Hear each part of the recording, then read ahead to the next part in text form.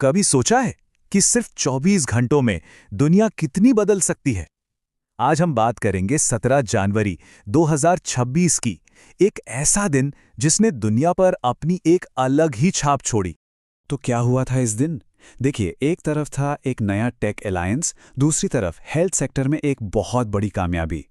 इस एक ही दिन में ग्लोबल स्ट्रैटेजी से लेकर इकोनॉमी और साइंस तक हर जगह कुछ बड़ा हो रहा था, कुछ ऐसा जिसने आने वाले कल की दिशा ही बदल दी।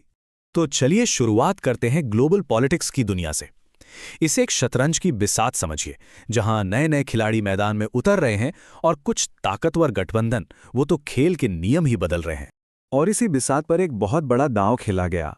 अमेरिका ने भारत को एक नए और बेहद खास ग्रुप में शामिल होने का न्योता दिया, जिसका नाम है पैक्स सिलिका। तो सवाल उठता है कि ये पैक्स सिलिका आखिर है क्या? आसान भाषा में कहें तो ये अमेरिका की लीडरशिप में बना एक ग्लोबल ग्रुप है। इसका एक ही मकसद है, सेमीकंडक्टर और एआई जैसी टेक्नोलॉजीज की ग्लोबल सप्लाई चेन को सेफ और मजबूत बनाना। मतलब, जो टेक्नोलॉजी आज हमारी दुनिया चला रही है, उसकी हिफाजत करना। तो एक तरफ भारत के सामने ये बड़ा ग्लोबल ऑफर था और दूसरी तरफ देश के अंदर भी सिक्योरिटी के लेवल पर बहुत कुछ बदल रहा था। देश की 3 बड़ी सिक्योरिटी फोर्सेस, आईटीबीपी, बीएसएफ और एनआईए, इन तीनों के टॉप पर नए ऑफिसर्स को लाया गया। शत्रुजीत सिंह कपूर, प्रवीण कुमार और राकेश अग्रवाल।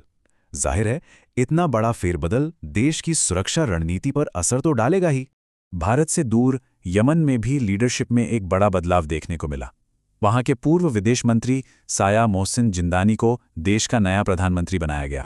अच्छा, अब ग्लोबल पॉलिटिक्स से हटकर जरा भारत की इकोनॉमी पर नजर डालते हैं। यहां से जो खबरें और आंकड़े आए, वो वाकई में एक तेजी से आगे बढ़ते देश की कहानी कह रहे थे। और इसका एक सीधा सा सबूत है हमारा पासपोर्ट।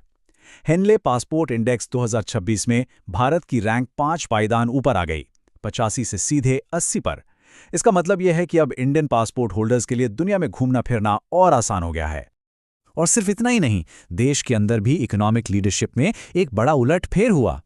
नीति आयोग की ताज़ा रिपोर्ट के मुताबिक महाराष्ट्र ने तमिलनाडु और गुजरात जैसे राज्यों को पीछे छोड़ दिया और एक्सपोर्ट प्रिपेयर्डनेस यानी निर्यात की तैयारी में नंबर 1 बन गया। और इसी दिन एक बहुत बड़ा माइलस्टोन भी सेलिब्रेट किया गया, एक ऐसा माइलस्टोन जो इनोवेशन से जुड़ा था, पूरे 10 साल का। जी हां, नेशनल स्टार्टअप डे।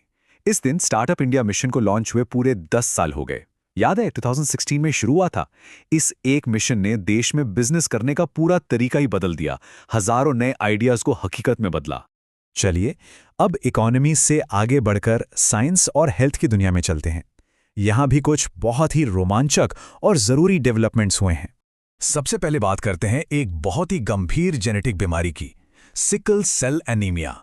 ये एक ऐसी कंडीशन है जिसमें हमारे रेड ब्लड सेल्स का शेप बिगड़ जाता है, वो दरांती जैसे हो जाते हैं। इससे होता यह है कि वो ठीक से ऑक्सीजन नहीं ले जा पाते, जिससे शरीर में बहुत दर्द और दूसरी दिक्कतें होती हैं।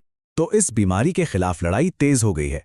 2023 में पीएम मोदी ने इसे खत्म करने के लिए एक नेशनल मिशन लॉन्च किया था और अब इसी मिशन को आगे बढ़ाते हुए महाराष्ट्र ने अरुणोदय नाम का एक बहुत बड़ा स्क्रीनिंग कैंपेन शुरू किया है।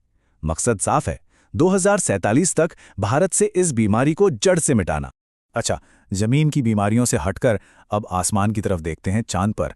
नासा का जो इंसानों को चांद पर वापस भेजने का बड़ा सपना है, वो अब हकीकत के और करीब आ रहा है।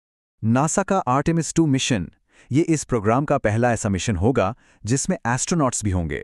वो अपने 10 दिन के सफर पर ओरियन क्रू कैप्सूल में जाएंगे।